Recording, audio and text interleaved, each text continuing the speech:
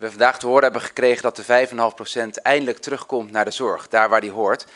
Dus ik dank ook echt de minister en de AZV dat ze het aandurven tegen alle stromingen in om toch dit besluit te nemen. Het geld wat hiermee gemoeid is van de bevolking en hoort bij de bevolking en hoort terug in de zorg.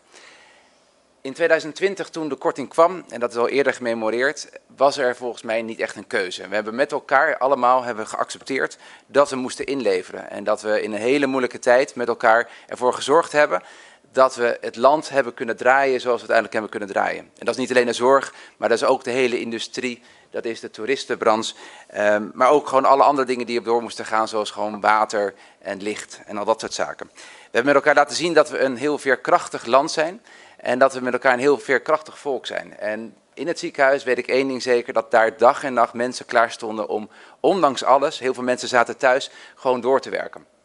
Voor hun was het ook echt heel zuur dat er dus 5,5% van hun salaris werd ingehouden. Bij iedereen gebeurde dat, maar deze mensen moesten nog keihard doorwerken. En in die tijd was er nog minder bekend over het virus en was de spanning wat er eventueel kon gebeuren met jou als mens heel erg groot. Heel veel mensen stonden daar dag en nacht ingepakt in met allerlei maatregelen en maskers en pakjes. En stonden hun leven eigenlijk gewoon op te geven voor andere mensen. Ik ben ook ontzettend blij en dankbaar dat onze mensen, en dat geldt voor het ziekenhuis, maar dat geldt ook voor alle andere organisaties waar ook doorgewerkt is en waar zorg verleend is, dat deze mensen dat hebben gedaan voor ons allen op Aruba. Dus mijn grote dank gaat naar die mensen die, ondanks dat ze hun salaris moesten inleveren, wel gewoon zorg zijn blijven leveren. Dat daarna die 5,5% korting door bleef gaan, was voor heel veel mensen natuurlijk wel een hard gelach. Want het ging over een virus wat de zorg raakte. En er zijn al heel veel redenen voor, die zijn ook voor een deel aangegeven. Maar ik ben heel blij dat dat in ieder geval vandaag weer teruggedraaid wordt. Ik had eigenlijk natuurlijk stiekem gehoopt dat meneer Jacob zou zeggen tot 1 mei 2020. Maar misschien komt dat nog, want we gaan natuurlijk nog onderhandelen. Maar in ieder geval tot 1 mei 2023 is al een hele mooie stap. Het geld dat we er weer bij gaan krijgen, hebben we echt hard nodig. Zoals iedereen weet, en dat voelen we elke dag weer opnieuw als we in de supermarkt staan. Of misschien een biertje kopen op het strand. Of een ticket naar welk land dan ook.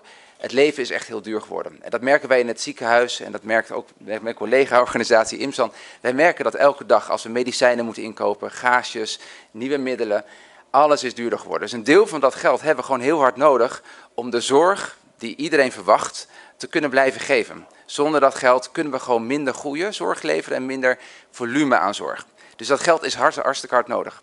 Daarnaast is het ook hard nodig om de salarissen te kunnen opkrikken. Iedereen heeft moeten inleveren, nou dat kunnen we niet meer herstellen.